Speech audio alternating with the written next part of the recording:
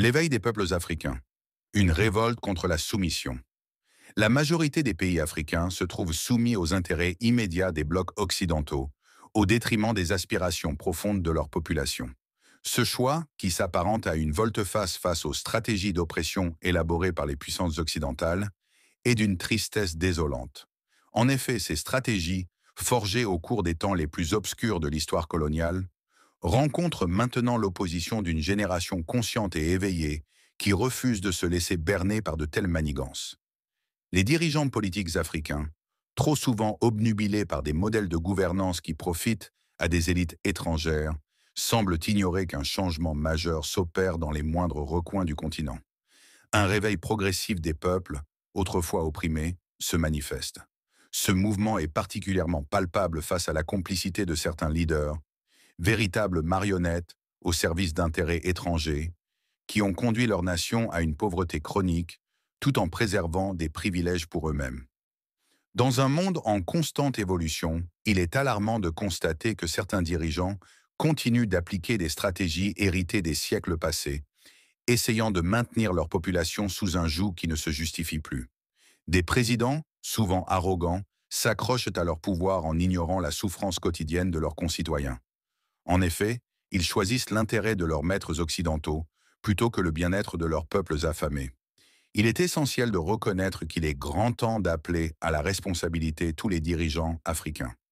Nombre d'entre eux, en s'arc-boutant sur des stratégies néocolonialistes, se leurrent sur la réalité que nous vivons. Nous ne sommes plus dans une époque où l'on peut gouverner par la peur et l'oppression. L'Afrique se transforme, et ceux qui persistent à ignorer ce fait s'engagent sur une voie périlleuse.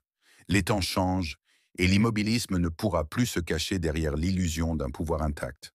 La conscience collective des peuples africains s'épanouit, et il est indispensable que les leaders d'aujourd'hui comprennent qu'ils ne peuvent plus se permettre de mépriser les aspirations de leurs citoyens.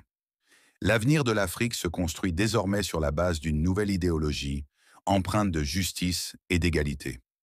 La patience et l'endurance sont les véritables clés d'une existence riche et significative.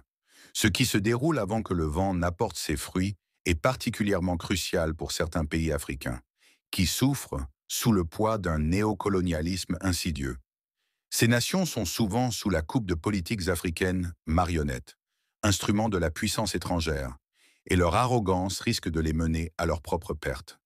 L'histoire, implacable juge, retiendra l'image de ceux qui ont trahi leur héritage, laissant derrière eux une empreinte douloureuse sur le récit de l'Afrique.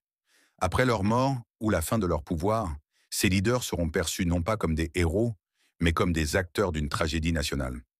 Je ne suis qu'un simple citoyen, un observateur lambda de Djibouti, pétri par les rivages du Tamiro Oumed.